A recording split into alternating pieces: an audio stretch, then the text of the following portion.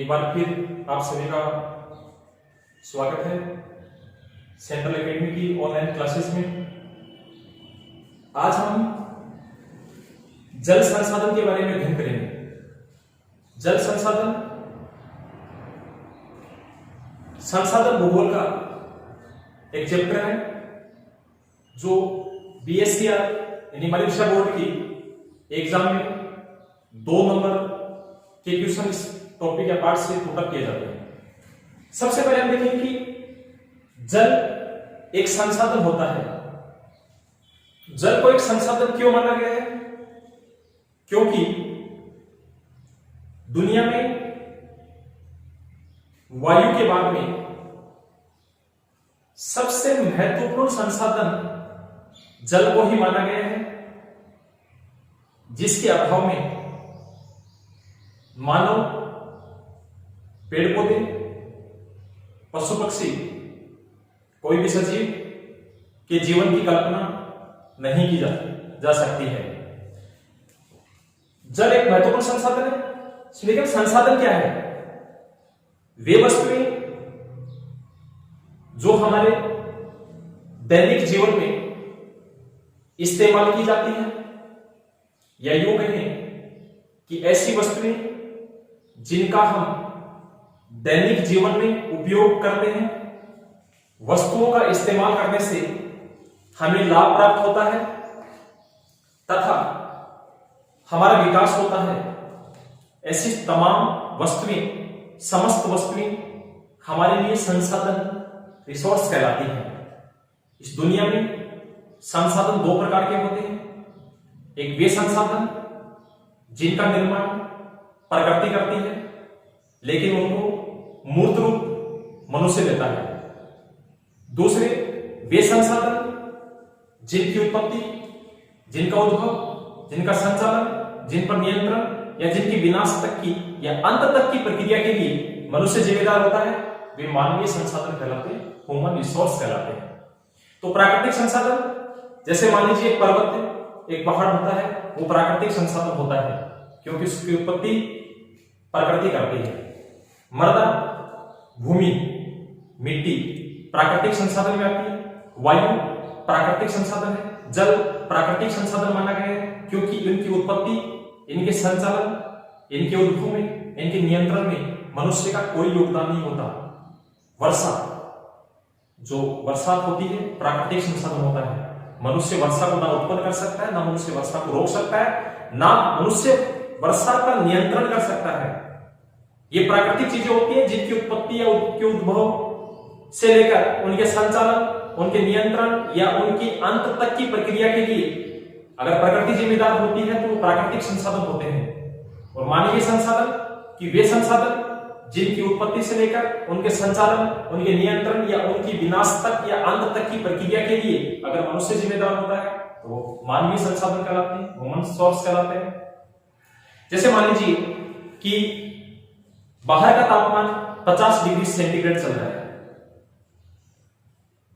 मनुष्य एक कमरे की, पूरी प्रकृति या पूरी पृथ्वी के तापमान को मनुष्य नहीं बदल सकता। एक कमरा या एक सीमित स्थान पर मनुष्य एक एयर कंडीशनर लगाकर, एसी लगाकर वो एक कमरे के तापमान को परिवर्तित कर सकता है। इसलिए वो एसी, वो एयर कंडीशनर मनुष्य के लिए एक संसाधन होता है। जैसे मान लीजिए प्राकृतिक हवा बंद है, प्रकृति ने हवा बंद कर दी, मनुष्य पंखा चलाकर कृत्रिम हवा का संचालन कर सकता है। मनुष्य प्रकृति पर निर्भर नहीं है। मनुष्य ने जब प्राकृतिक हवा का संचालन नहीं हुआ तो मनुष्य पंखे को चालू करके कृत्रिम हवा का उपयोग कर सकता है। इसलिए पंखा मनुष्य के लिए एक संसाधन होता है, इसे मानवीय संसाधन कहा जाता है। कृषि एक मानवीय संसाधन होता है, मनुष्य ने भी कृषि का विकास किया है। तो आज हम जल संसाधन के बारे में पढ़ेंगे कि जल एक संसाधन क्यों होता है, क्योंकि ये मनुष्य के दैनिक जीवन में काम आता है।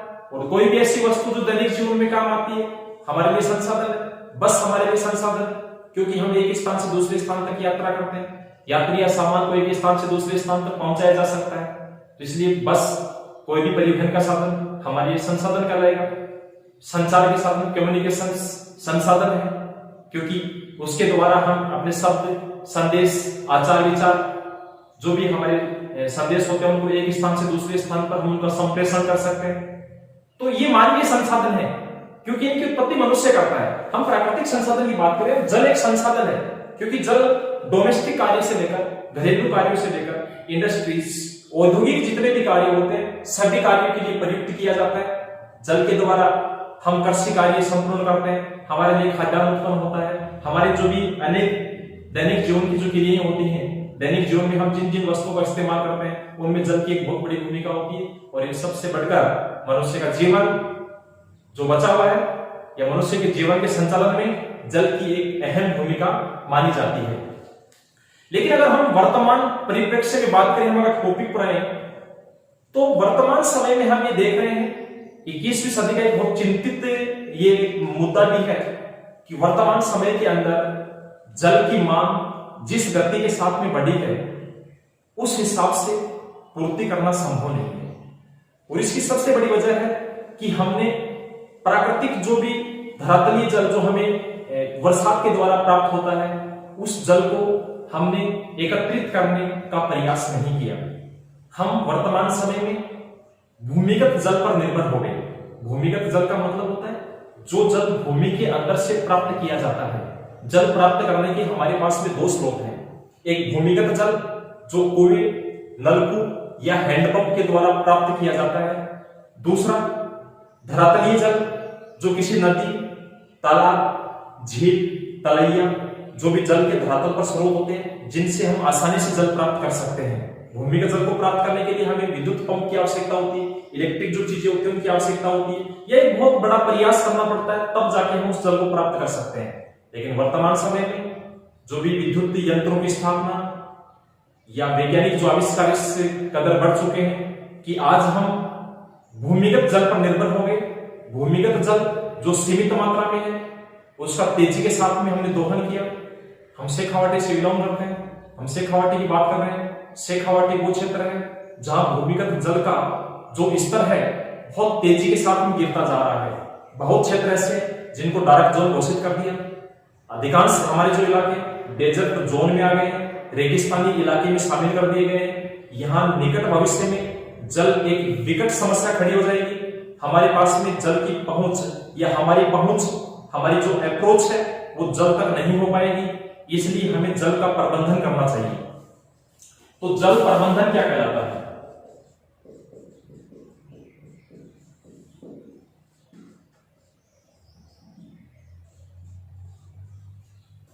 देखो, जल प्रबंधन शब्द मैनेजमेंट से जुड़ा हुआ होता है।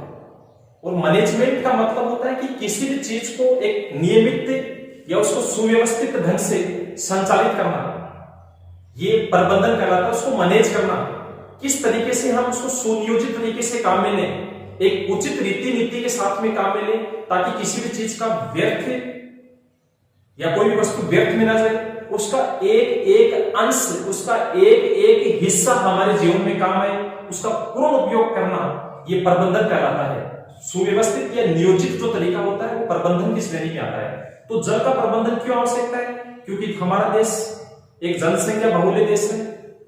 जनसंख्या की दृष्टि से हम दुनिया में दूसरे नंबर पर आते हैं। भारत दुनिया में दूसरा शक्तिशाली राष्ट्र है जनसंख्या की दृष्टि से। तेजी के साथ हमारी जनसंख्या बढ़ रही है, औद्योगिक कार्य बढ़ रहे हैं, जल की मांग तेजी से बढ़ रही है, आपूर्ति नहीं हो पा रही है। इसलिए हमें जल का प्रबंधन करना आवश्यक है। और जल का प्रबंधन करने के लिए हमें वर्षा के जल को रोकना पड़ेगा। वर्षा जल संग्रहण, हमें जो रेन वाटर हार्वेस्टिंग होते हैं उनका हम इस्तेमाल करना पड़ेगा, जिसके माध्यम से हम धरातलीय जल का उपयोग करके भूमिगत जल को बचा सकते हैं। इसमें कई स्रोत होते हैं, जैसे कुंड होता है, टांका होता है, कुई होती है, बेरी होती है, खड़ी होती है। ये वो स्रोत होते हैं जिनमें हम बरसात के पानी को रोककर उनका उपयोग कर सकते हैं। उनका अध्ययन हम बाद में करेंगे। पहले हम जल प्रबंधन के बारे में अध्ययन करेंगे कि जल प्रबंधन क्यों आवश्यक होता है, जल प्रबंधन होता क्या है। तो आवश्यक इसलिए होता है क्योंकि जल प्रबंधन के बिना हम जल को बचा नहीं पाएंगे। क्योंकि आज भी अगर जो कूलर होता है एक रात में 60 लीटर पानी बर्बाद कर देता है, एक टपकता हुआ नल होता है एक रात में 40 लीटर पानी को बर्बाद कर देता है। हमारे देश में बहुत सारे ऐसे कार्य होते हैं जिनमें जल का व्यर्थ उपयोग होता है। बहुत सारे औद्योगिक जो इकाइयां होती हैं वो अपने गंदे पानी को नदियों में छोड़ देती है। हमारे पास में जल उपलब्ध होते हुए भी वो जल हमारे किसी काम का नहीं होता है। इसलिए हमें जल का प्रबंधन, हमें जल का किस प्रकार से उपयोग करना है, इस बारे में हमें अध्ययन करना पड़ेगा। तो जल प्रबंधन का मतलब होता है कि वर्षा के जल के वितरण, विकास एवं उपयोग के लिए की गई समस्त व्यवस्थाएं अथवा योजनाएं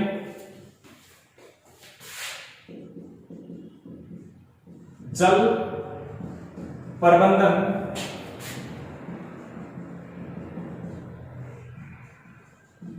कहलाती है। जल प्रबंधन की परिभाषा क्या होती है? वर्षा के जल के वितरण, विकास एवं उपयोग के लिए की गई समस्त व्यवस्थाएं एवं योजनाएं जल प्रबंधन कहलाती है या जल प्रबंधन के अंतर्गत शामिल की जाती है। इसके लिए हम अनेक प्रकार की तकनीकी योजनाओं का भी इस्तेमाल करते हैं ताकि हम बरसात के जल को रोक सकें, वर्षा के जल का हम उपयोग कर सकें। ये जल प्रबंधन कहलाता है। तो वर्तमान समय में जल प्रबंधन के लिए हम किस प्रकार की योजनाओं का संचालन कर सकते हैं ताकि हम बरसात के जल को बचा सकें।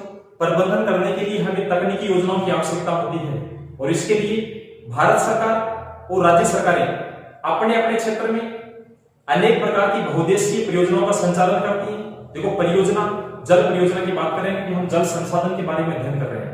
हमने सबसे पहले पढ़ा कि जल प्रबंधन क्या होता है, कि जब बरसात होती है, बरसात का जल होता है, उसको एक व्यवस्थित ढंग से उसको रोकने के लिए हम अनेक प्रकार की तकनीकी प्रयास करते हैं और ये तकनीकी जो हमारे प्रयास होते हैं ये जल प्रबंधन के अंतर्गत आते हैं। इसमें अनेक प्रकार की राज्य सरकारों में हरियाली कार्यक्रम चलता है, अरवाली पानी संसद चलती है, नीरू वीरू कार्यक्रम चलता है और आपने एक समाज सेवी जो महाराष्ट्र में रालेगन सिद्धि जो नासिक के पास में पड़ता है और वहां से अन्ना हजारे जिन्होंने दिल्ली में एक बहुत बड़ा आंदोलन भी चलाया था काला धन वापस लाने के लिए, और आज उनका जो गांव है रालेगन सिद्धि वो जल प्रबंधन के लिए एक मिसाल कायम कर चुका है। उस गांव के अंतर्गत पीने के पानी की बहुत बड़ी विकट समस्या थी, लेकिन उन्होंने रेन वाटर हार्वेस्टिंग इस प्रकार की तकनीकी को काम में लिया, लोगों को जागरूक किया। उन्होंने बरसात के पानी को रोकने के लिए अनेक प्रकार की आकृतियों का निर्माण करवाया। आज वो गांव पानी के मामले में आत्मनिर्भर बन चुका है और दुनिया के अन्य जो भी गांव या भारत के जो अन्य जो भी राज्य हैं उनके लिए एक प्रोजेक्ट की तरह वो काम कर रहा है। लोग उसको देखते हैं, जाके राज्य सरकार उसका अध्ययन करती है किस प्रकार से एक छोटा सा गांव जहां पानी की एक विकट समस्या थी, आज ये गांव, एक ग्रामीण इलाका अपने स्व साधनों के द्वारा, खुद के संसाधनों के माध्यम से, खुद के स्व परिश्रम के माध्यम से, गांव के लोगों के सामुदायिक परिश्रम के माध्यम से आज बरसात के जल को रोकने में सक्षम हुआ है और जल के मामले में आत्मनिर्भर बन चुका है। तो इसके लिए हमें बरसात के पानी को रोकने के लिए कई प्रकार की व्यवस्थाएं करनी पड़ती हैं, तब जाके हम जल का प्रबंधन कर सकते हैं। इसके लिए हम बहुउद्देशीय परियोजनाओं का अध्ययन करते हैं। तो बहुउद्देशीय परियोजना क्या होती है?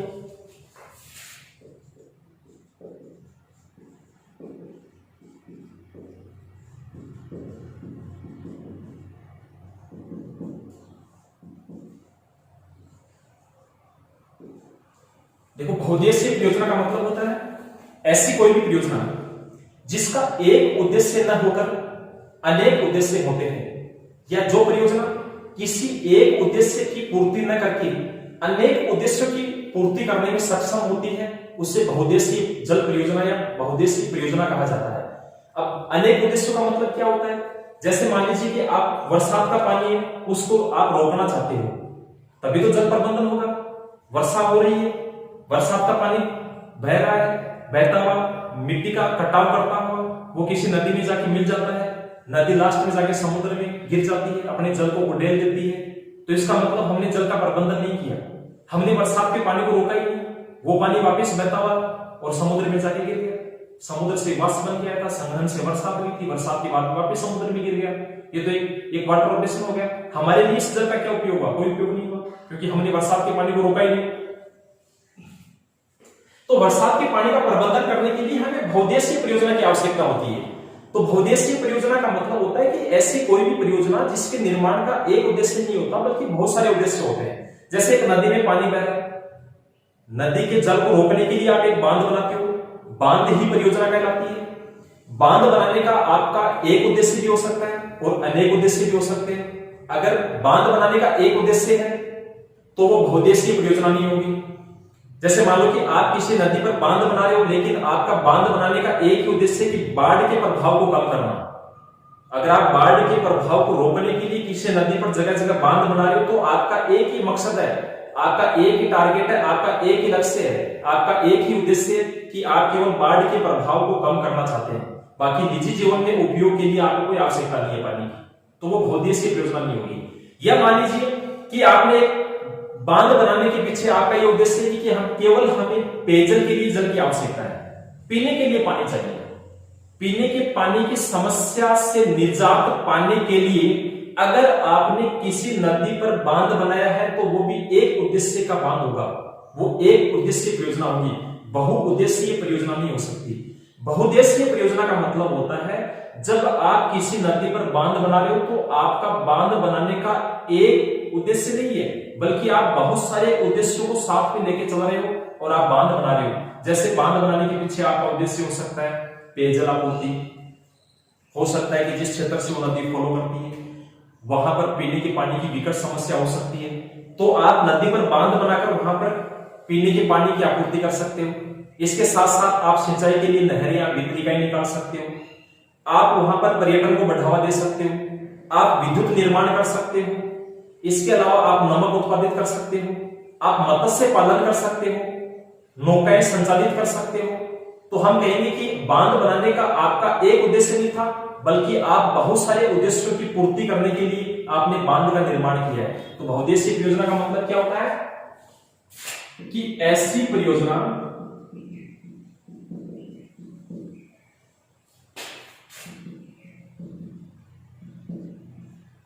जिसके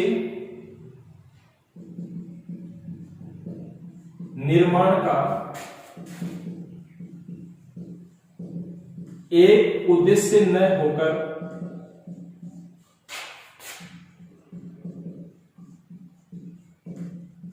अनेक उद्देश्य होते हैं, बहुउद्देशीय परियोजना कहलाती है। यानी ऐसी परियोजना जिसमें एक उद्देश्य की पूर्ति के लिए नहीं बल्कि बहुत सारे उद्देश्यों की पूर्ति करने के लिए हम किसी नदी पर बांध बना रहे हैं तो वो बहुउद्देशीय परियोजना कहलाती है। और हमारे देश में अनेक प्रकार की बहुउद्देशीय परियोजनाएं संचालित की जाती हैं। ये बहुउद्देशीय परियोजनाएं दो स्तर पर संचालित होती हैं, एक केंद्र सरकार के द्वारा संचालित परियोजना और दूसरी राज्य सरकारों के द्वारा संचालित परियोजना।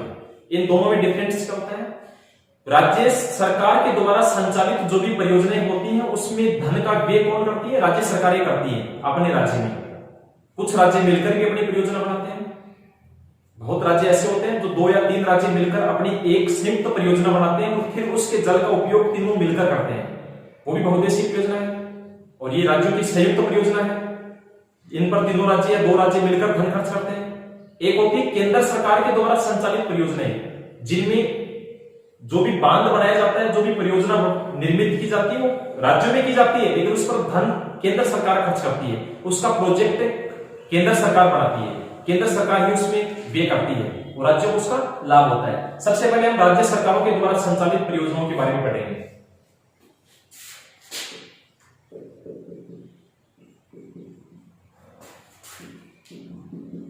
राज्य सरकारों द्वारा संचालित बहुउद्देशीय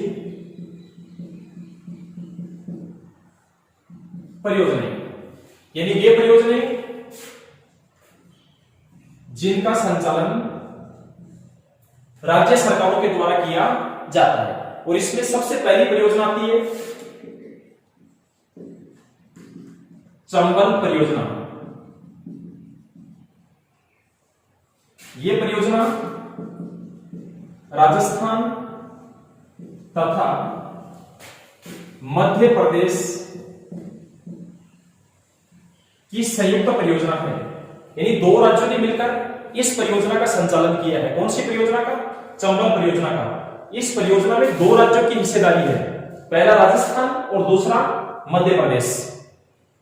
दोनों राज्यों की हिस्सेदारी का मतलब क्या है? संयुक्त परियोजना हो गई। कोई भी एक राज्य, चंबल परियोजना का मतलब चंबल नदी पर बने हुए जो भी बांध है उसके जल का, उसकी विद्युत का उपयोग अकेला राज्य नहीं कर सकता। अगर दोनों राज्यों ने मिलकर बांध बनाया है, दोनों राज्यों ने मिलकर धन व्यय किया है, तो इसका मतलब इस परियोजना से होने वाले लाभ दोनों राज्यों को संयुक्त रूप से होंगे।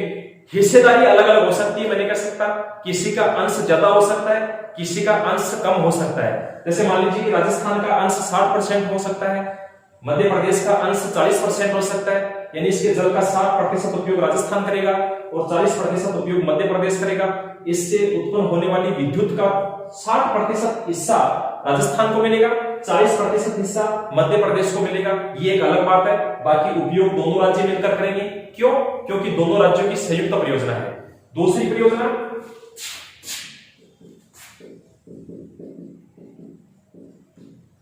नागार्जुन परियोजना। ये आंध्र प्रदेश की परियोजना है। इसमें अन्य किसी भी राज्य का कोई हस्तक्षेप नहीं है, अन्य किसी राज्य का कोई योगदान नहीं है। केवल आंध्र प्रदेश राज्य ने इस परियोजना को निर्मित किया है और ये राज्य सरकारों के द्वारा संचालित बहुउद्देशीय परियोजना है, जिन पर व्यय भी कौन करती है? राज्य सरकारें करती हैं। धन खर्च कौन करती है? राज्य सरकारें। अपने राज्य के लिए बांध बनाती है नदियों के ऊपर, उस बांध में जो पानी इकट्ठा होता है उससे बिजली बनाई जाती है, उससे नहरें निकाली जाती है, उससे पीने के लिए पानी आपूर्ति होती है, उसमें नौकाएं, नावें चलाई जाती हैं, उससे नमक भी बनाया जा सकता है, उसमें पर्यटन को बढ़ावा भी दिया जा सकता है और उसमें मत्स्य पालन भी होता है, मछलियों का पालन।